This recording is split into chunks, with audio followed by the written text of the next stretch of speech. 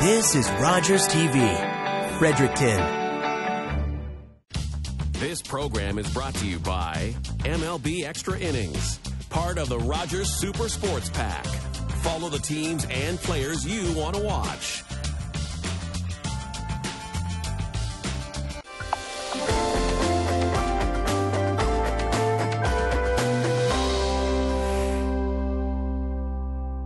I want to talk about three things here. Propelling the green transition and the economic opportunities that brings in Fredericton and New Brunswick for lasting prosperity. Improving the well-being of New Brunswickers so our prosperity is better shared. And good governance. And I want to start with something that's coming up, I guess, and that is the Auditor General will be releasing her spring report next Tuesday, and one of the things she's going to be talking about is the ongoing decline in our fiscal situation in New Brunswick. And in my opinion, there's no excuse for that. We should be able to balance our books. We should not be in a deficit situation in New Brunswick outside of the context of a recession. PEI has balanced their books. Nova Scotia has balanced their books. New Brunswick is not any different, particularly from our other maritime provinces. We should also be operating with balanced books now.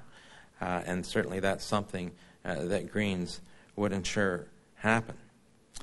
When we think about economic development, certainly as Greens, we think often about sort of two scales, local and provincial.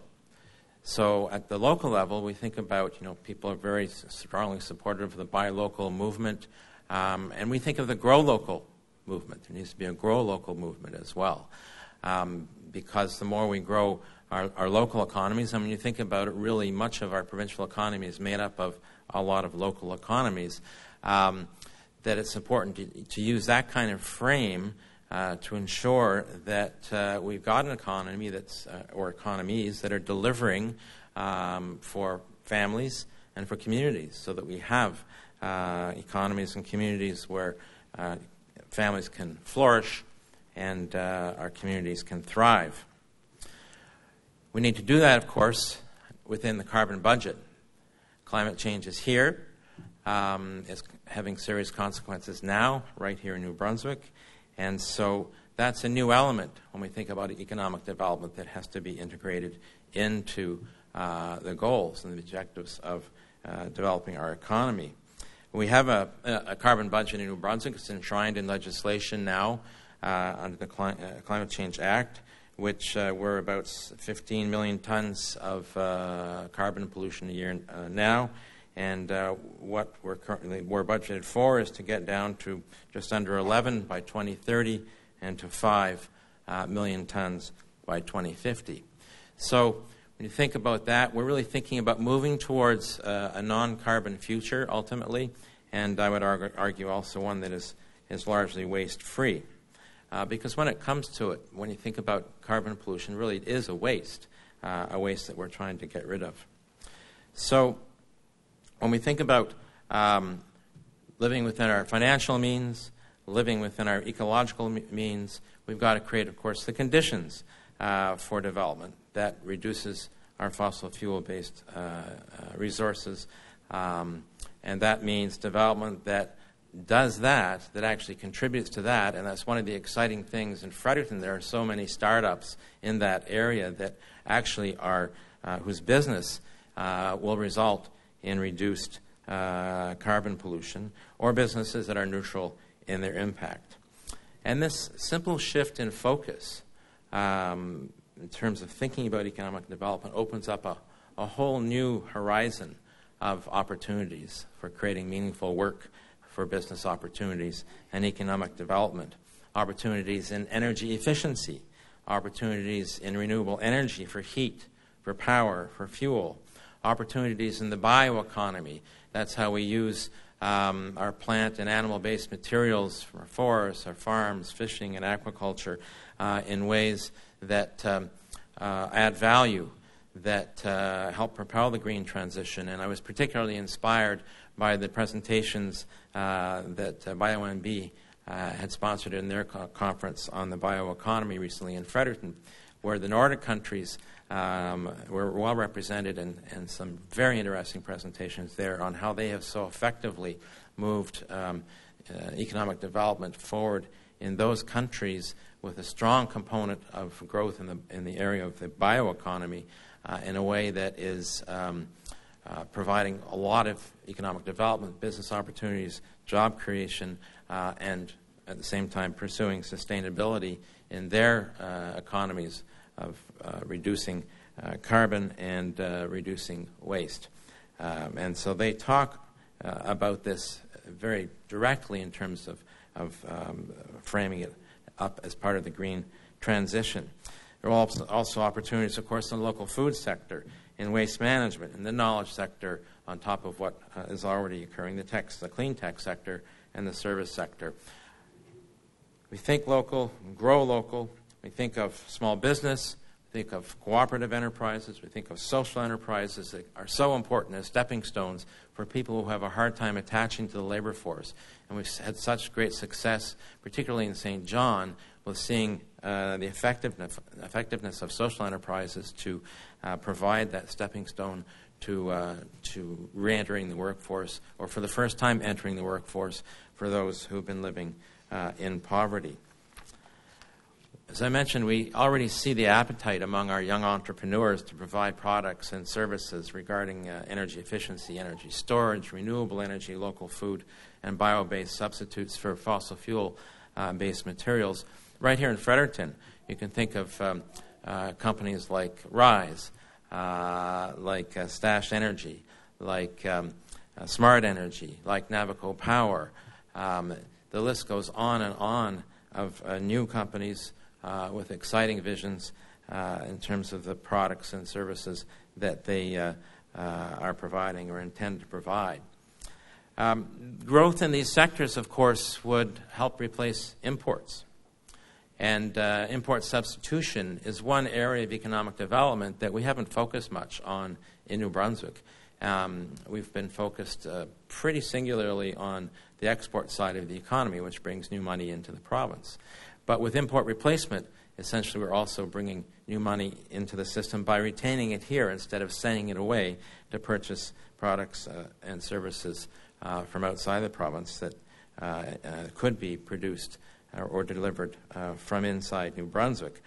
So import replacement is something that will make a significant contribution, and something that we would put in place in terms of a strategy to look at what have we got here that we can build on, that we can grow, that would replace imports, therefore keeping that money circulating in our own economy, creating job opportunities here, business opportunities here, and creating wealth here. So in creating the conditions, one of the things that we would focus on is establishing financing mechanisms to provide access to capital for both consumers and entrepreneurs to move forward in this area. So we would significantly shift the targeted loan guarantees and payroll rebates that currently are available for larger businesses working in the sort of export area to small to medium-sized businesses, which currently have a hard time accessing that kind of support, so that they, particularly for startups and expansions, have access to that kind of support. That if you've got a business that you want to expand, whether it's a local hardware store or whatever business you might think of, surely businesses in our local community should have access to the kinds of supports that traditionally have been available and made and provided to large business looking to locate in New Brunswick or expand in New Brunswick. And that's not been the case. I think we need to change that arrangement so that there's more of an emphasis on supporting small and medium-sized enterprises, whether it's business, cooperative enterprise, or social enterprise.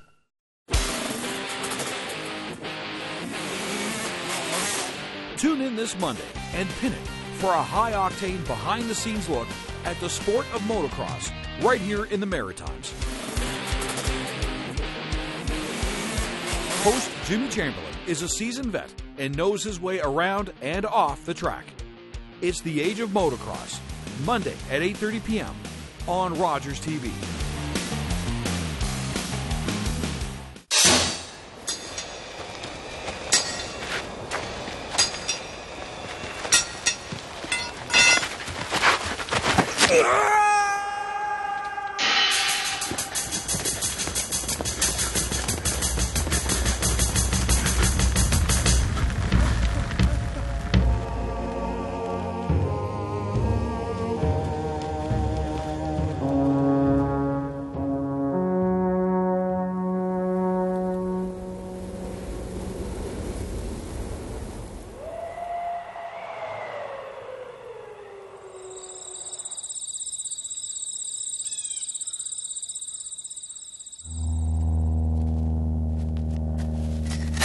Do you know what I think this is?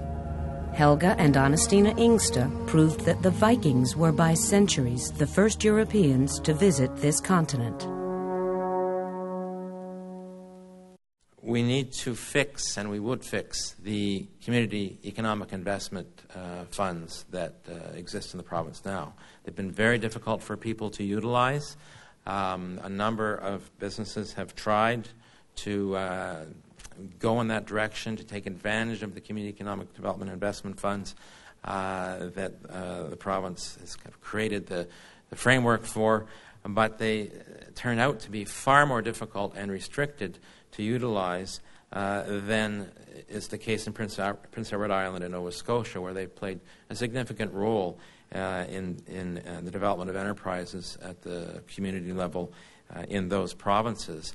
By providing a mechanism for attracting investment locally that otherwise might leave the province and certainly leave the community. We need to fix that problem here. Right now, it's impossible to even utilize RRSP money or money from interest-free savings accounts as part of the investment that might flow into those funds. So we need to fix that so that we increase the availability of capital locally. We would consolidate existing economic development agencies. We've got too many, in a sense, going on in New Brunswick right now. And so between Opportunities New Brunswick and the Regional Development Corporation, particularly, we need to bring those together in a way so that they're most effective, most focused, and most efficient. We would set targets for refurbishing our housing stock and stock of commercial buildings to become more energy efficient, which would drive a lot of work and business opportunities in that sector. It would be tremendous for trades. About 85% of our building stock is in need of retrofitting. So that's years of work for contractors and tradespeoples, tremendous new demand for products and technologies as our building stock and housing stock would be retrofitted. So set clear targets. It's sort of a win-win-win situation where you're creating economic opportunities, meaningful work, cutting the costs for homeowners and businesses through reduced energy bills, and of course reducing the carbon footprint of operating those buildings and homes. And those savings then go back into the local economies, because if people aren't spending or businesses aren't spending on the energy they were wasting essentially in their buildings, then they'll have that money to spend elsewhere in the economy. We would set ambitious targets under the Electricity Act for the production of locally produced renewable energy and energy storage systems to help drive development in that area. We've had targets. We've just about met them. They're old. They need to be ratcheted up and refocused in some ways to move us forward. And we would create rules that work for regular New Brunswick enterprises that are looking to work in that space of providing renewable power, particularly in New Brunswick. Right now, the way the rules are set up, really are set up in a way that are designed for larger enterprises to utilize. There's lots of costs and rules there that really provide barriers for smaller enterprises. So the one-size-fits-all approach doesn't fit, and we need a tailored approach for companies in New Brunswick that are working, and they seem to be popping up every day, developing renewable energy capacity in the province so that they can do this in a way that makes sense for small and medium-sized businesses in New Brunswick. So you don't have to be a large corporation to operate in this sector.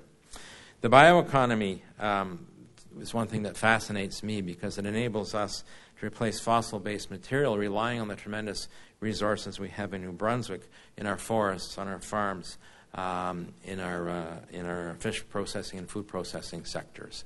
Tremendous opportunities there to produce new products that are bio-based rather than fossil-based. And I'm not just talking about substituting wood for other building materials, for example, which we should have a greater focus on in New Brunswick. We're a forest-based province. And it's amazing to see increasingly just 2x4 studs being replaced by metal studs in construction increasingly.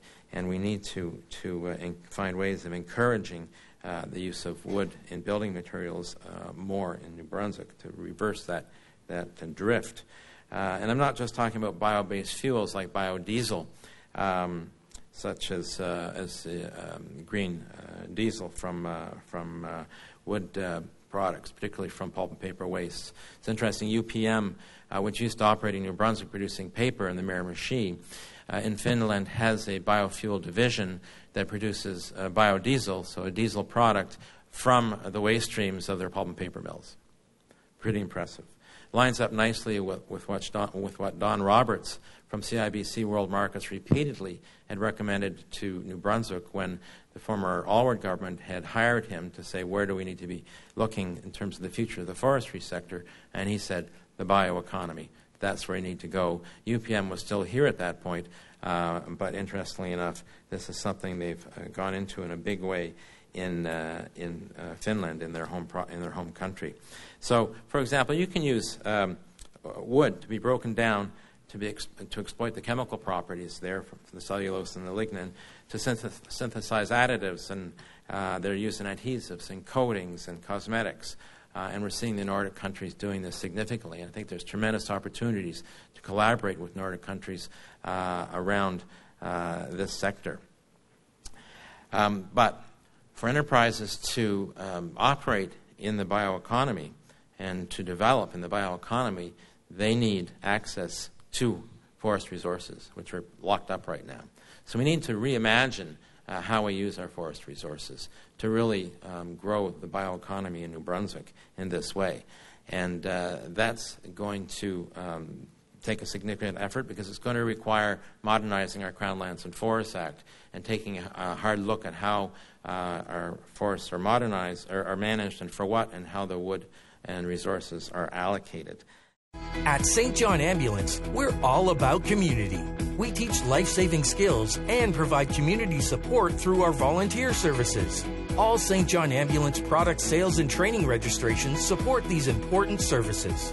Volunteer, donate, or enroll in a program today so we can continue to have an impact on our community. Visit sja.ca to learn more. At St. John Ambulance, we do more than save lives, we change lives.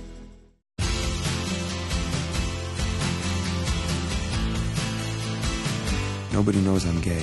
These last few years, it's almost like I can feel you holding your breath. I'm supposed to be the one that decides when and where and who knows. That's supposed to be my thing. I'm done living in a world where I don't get to be who I am. Have you ever been in love? This is about to get romantic as hell.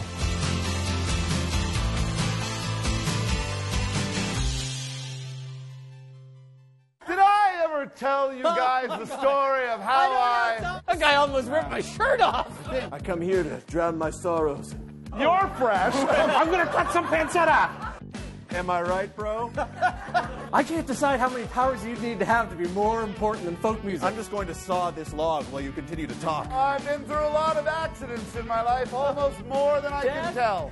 And scene. Cheese Monkey Box Pirate, Saturday at 6:30 p.m. on Rogers TV. I do want to say a word about tourism.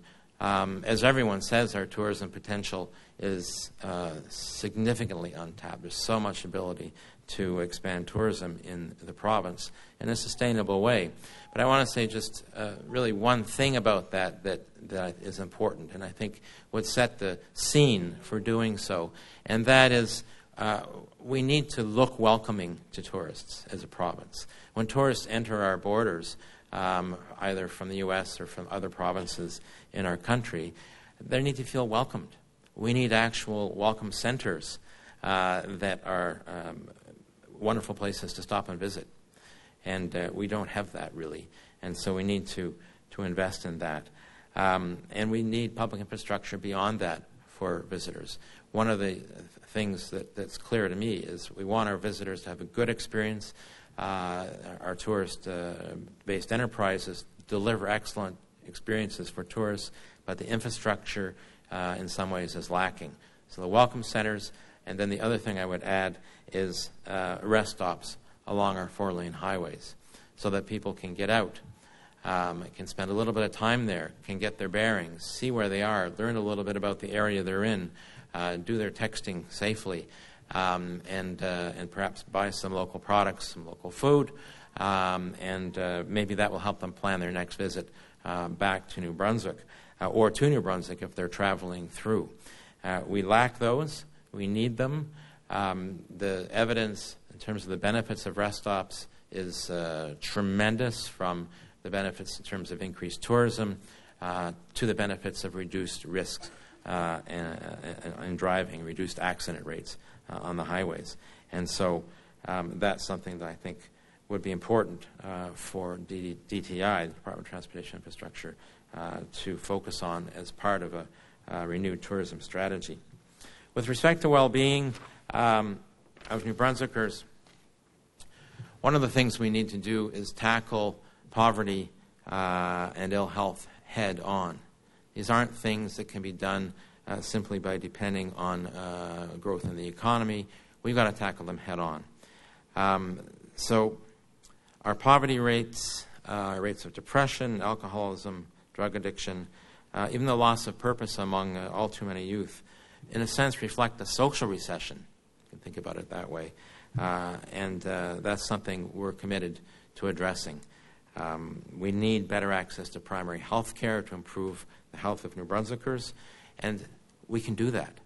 The doctor shortage can be essentially eliminated, in my opinion, if nurse practitioners were enabled to set up practices and be covered under Medicare.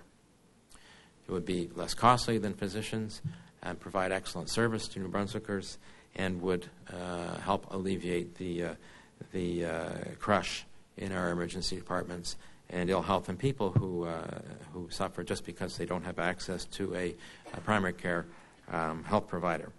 Similarly, our ERs, which are overburdened in our cities, creating safety risks. We have patients who's at risk as a result of waiting times in our hospitals, and the directors of our major hospitals will tell you that for those patients in our ERs who need to be diagnosed, it may be something serious, it may not be, the sort of threes as they call them, they've got to get in quicker. Another thing we can do to alleviate the crush in our ERs is to ensure that the services pharmacists can provide, where they use their full scope of practice to do minor diagnosis for diagnosis for minor ailments that can be very painful, is covered by Medicare. And this will be far cheaper and far less stressful for patients, and far better for patients than tying up the ER wards and using the entire machinery of our hospitals to deal with minor infections, for example. So our pharmacists, we need to use our pharmacists to their full scope of practice, and need to ensure that minor diagnosis can be covered under Medicare instead of using the full machinery of our hospitals. So you see, we're using the most expensive way of treating people when we have more cost-effective options. Access to mental health care is abysmal in New Brunswick, and we need to fix that. We have a tremendous shortage of psychiatrists, particularly in Fredericton, because there are insufficient billing numbers in Fredericton for the number of psychiatrists we require. And we would eliminate the cap on billing numbers. It doesn't make any sense in 2018 to have a cap on billing numbers. The folks at Horizon tell me that there are psychiatrists, for example, who are prepared to move to Fredericton now and set up practice to work in our community here, and they can't do that because they can't get a billing number. And we have tremendous waiting times for accessing mental health care. We have an explosion in depression and anxiety syndromes among our youth. And the waiting time can be 6 months, 8 months outside of the university system to see a psychiatrist. That's just unsafe, and it's not right, and we've got to fix it. On the poverty side of things, that's something in my office as an MLA. We're dealing with folks living in poverty day in and day out and helping them navigate the system. One thing that's become clear to me is we need to change the rules that are keeping people in poverty. We need to change the rules so that people can actually get ahead, have the opportunity to get ahead. And the rules as they exist now around income assistance do not permit that. They act against it. There are barriers. So we need to change those. One simple example, just to give you a flavor of it, is for many people on income assistance, you cannot share accommodations to make what you receive under income assistance go a little further. And if you do, you're cut off. So we need to change that. We do need to pilot a basic income guarantee in this province because I'm convinced that a basic income guarantee will help raise more people out of poverty and it's certainly not happening now with our current social welfare system. So we need to take advantage of essentially the offer of the federal government to partner with provinces to pilot basic income guarantees.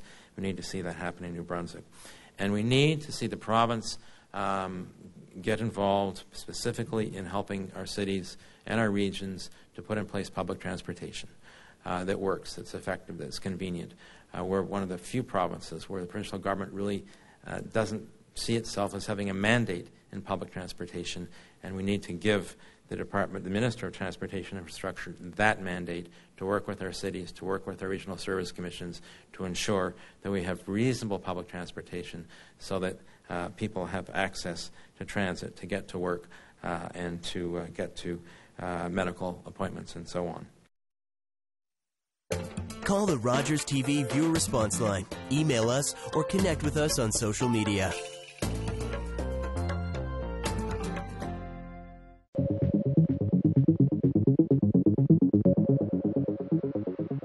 Crime Stoppers in the West District RCMP St. Leonard Detachment are looking for the person or persons responsible for 2 break-enter and thefts at Northwest Yamaha in St. Andre, New Brunswick. On September 7, 2017, the Northwest Yamaha dealership at 10 Desprez Road was broken into and an undisclosed amount of money was taken. Then, on September 19, 2017, shortly after midnight, the same business was broken into. 2 new Yamaha motorcycles were stolen. Police believe a vehicle with an attached trailer was likely used during this crime. The 2 incidents are not believed to be related. If you have any information about either of these crimes and wish to remain anonymous, please contact Crime Stoppers by calling 1-800-222-TIPS. That's 1-800-222-8477. By texting TIP 212 plus your message to crimes, or by secure web tips at crimenv.ca.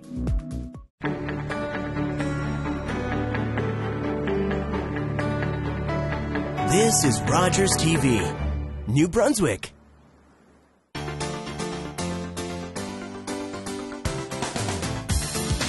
There's an organization called Trinity. You must stop them, Lara. Promise me. Put it down! You messed with the wrong family. I want a job. You do? And what's a 60-year-old woman gonna do? Right, you can't forbid her. Can you answer phones? Please.